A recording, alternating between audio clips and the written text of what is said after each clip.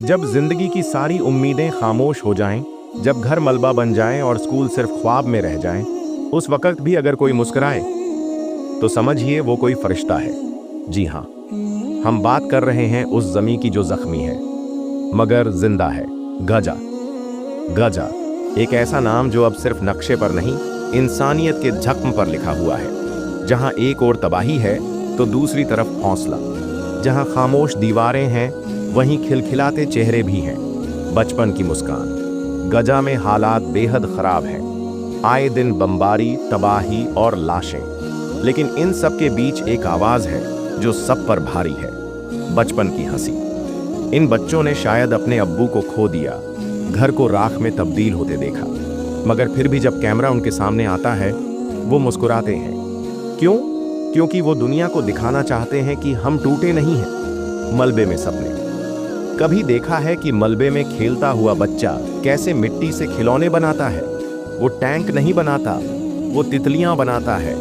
वो बंदूक नहीं, वो फूल बनाता है। क्योंकि उसकी फितरत में जंग नहीं, अमन है। एक बच्चा मिट्टी से गुड्डा बना रहा था। हमने पूछा क्यों? उसने जवाब दिया, मेरी बहन को बम ने मार दिया, मैं उसे दोबारा बनाना चाहता हूं। मां की ममता और हिम्मत। अब्बू कब आएंगे?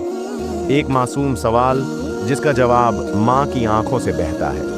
वो जानती है अब्बू शायद लौटेंगे नहीं, मगर बेटे की उम्मीद को वो टूटने नहीं देती। वो अपने आंसू छुपाकर हंसती है और कहती है, वो जल्दी आएंगे बेटा, चॉकलेट लाकर देंगे। स्कूल की तालीम, जहां किताब नहीं मगर उम्मीद है। गजा के स्कूल अब इमारत नहीं रहे, कहीं वो अस्पताल बन गए हैं, कहीं मलबा। मगर एक मास्टर साहब हैं जो बच्चों को सड़क किनारे पढ़ाते हैं, कहीं पेड़ के नीचे, कहीं टूटे मीनार की ओट में।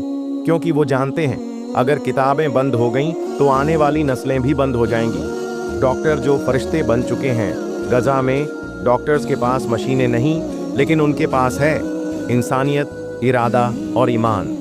वो बच्चा जो बम धमाके में घायल हो चुका है, उसे बचाने के लिए वो अपनी नींद, अपनी भूख सब भूल चुके हैं। एक डॉक्टर ने कहा, हम यहाँ इलाज नहीं कर रहे, हम जिंदगी को मौत से खींचकर वापस ला रहे हैं। दिल छूने वाला इंटरव्यू। एक कैमरे के सामने एक बच्चा खड़ा था। उससे पूछा गया, बड़े होकर क्या बनना चाहते हो? उसने मुस्कुराकर कहा, मैं बड़ा होकर मुस्कुराता हुआ इंसान बनना चाहता हूं, ताकि सबको मुस्कुराना सिखा सकूं। वो बच्चा जिसने कुछ नहीं देखा सिवाय तबाही के, जिसने स्कूल नहीं देखा, पार्क नहीं देखा, फिर भी उसका सपना था मुस्कुराना, बच्चियां और कव्वाली की दुआ।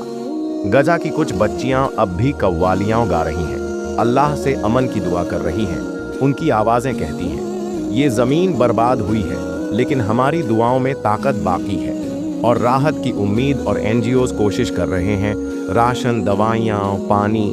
लेकिन क्या ये काफ़ी है? एक बच्चा कहता है, हमें सिर्फ खाना नहीं चाहिए, हमें जिंदगी चाहिए। वो जिंदगी जिसमें डर न हो, जिसमें प्यार हो, जिसमें स्कूल हो। दुनिया की खामोशी और हमारी जिम्मेदारी।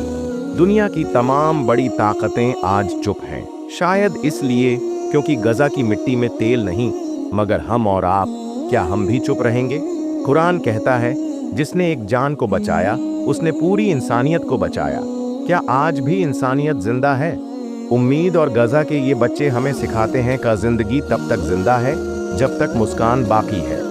आइए इनके साथ चलिए, इनका हाथ थामिए और ये पैगाम फैलाइए कि ये दुनिया सिर्फ बड़ों की नहीं है, ये इन मासूमों की भी है। एक छोटी बच्ची की कहानी। उसका नाम था लायना, सिर्फ 6 साल की। बमबारी में उसके पूरे परिवार को खो दिया, लेकिन जब रेस्क्यू टीम उसे मलबे से बाहर लाई, वो सिर्फ एक चीज मांग रही थी, मेरी स्कूल बैग मिल जाएगी। सोचिए, एक बच्ची जिसने सब कुछ खो दिया, वो भी अपनी किताबें नहीं भूलती।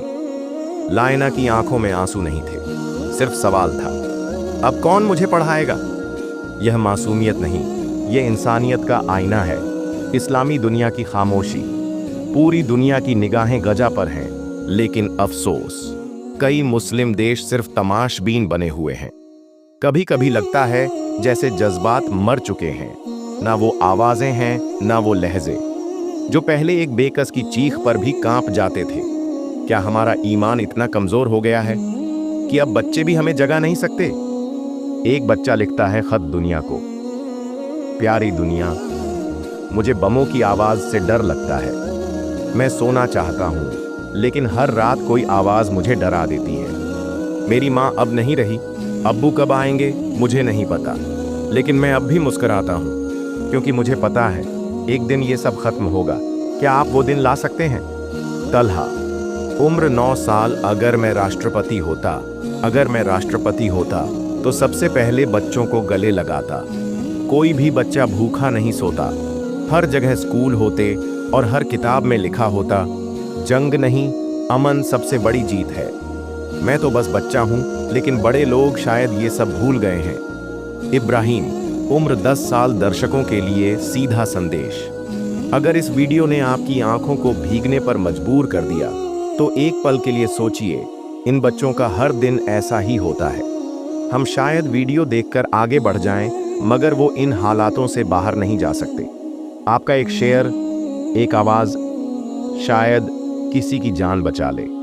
गाजा के बच्चों ने हमें हंसते हुए सबसे बड़ा सबक दिया है, जिंदगी तब तक जिंदा है जब तक उम्मीद जिंदा है। आइए आज हम सिर्फ वीडियो ना देखें, बल्कि दुनिया से कहे हम गाजा के बच्चों के साथ हैं।